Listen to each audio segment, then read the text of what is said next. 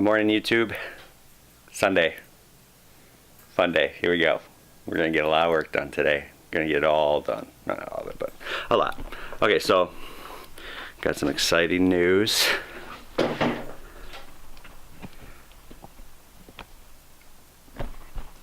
focus that in there, but it is now almost 65 in my garage. Because last weekend I spent the weekend insulating. So now we can paint in here. That's happiness. But first, I was gonna do some Pour 15 on these rails. So I took that tow hook off and you can see it's pretty rusty in there. So I'm gonna put some Pour 15 on there. Then I went to go do the other side. Where's my headlamp?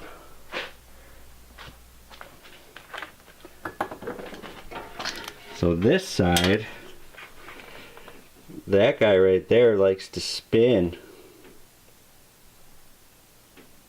He likes to spin a lot. So, show you what I did. Come under here, if you can see. There we go. Cut a hole in it. See that? Just cut a little hole, we'll weld that back up. But that little nut right there is about to be welded on there better than it's ever been in its life. So, that's what we're starting with today. Then we'll get going after that. So I got the bolt, or that nut, welded back in, and then it kind of closed up and welded back in. I'll just show you, I guess, where it's at. So you can see it. Not the best welds, but good enough. So now what I did, so I'm using the Pour 15. So Pour 15 is a rust prohibitive paint. It's a three-step process. So you start with this cleaner and degreaser. Then you go on to metal prep.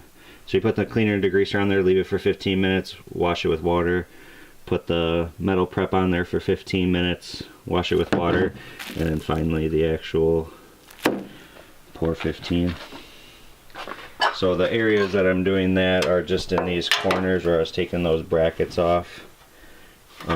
Just because, that's really hard for you guys to see that, there we go. Just because this was a little rusted here on this frame rail. So I'm just going to coat all this in the Pour 15. And then the same on this side. The rest of the bay is actually pretty rust free. So I'll just cover that with like a self-etching primer and then a sealer.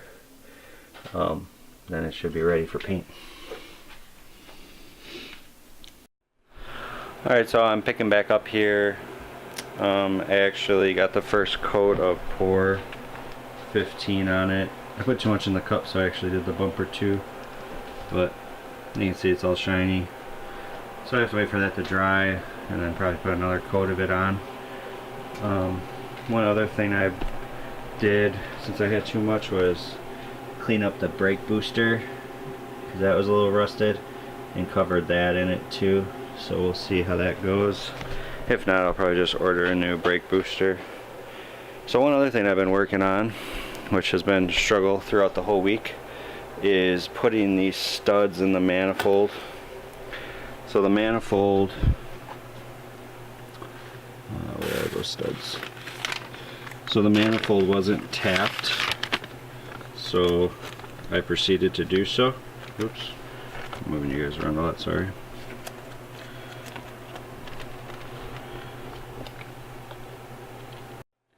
So basically I've been threading these, so you can see now like these studs threaded here now. So this is good. These three are good. This one, not so much. It got stuck. I've broken multiple taps and multiple handles doing this.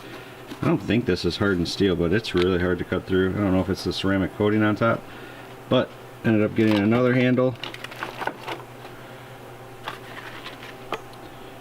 So try to finish this tap here right now so that this is another completed mini project.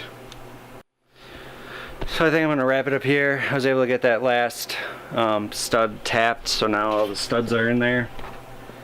Getting closer.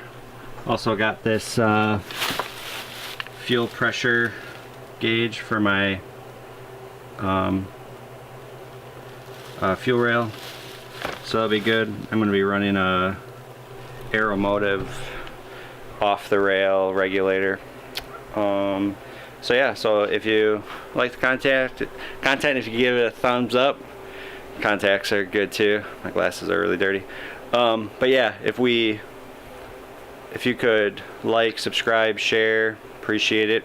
Hopefully, possibly later today, otherwise later in the week, I'll probably add another coat of this Pour 15 and then get ready, sand it, and ready for paint. So hopefully we'll be coming back together hopefully next weekend. So thanks.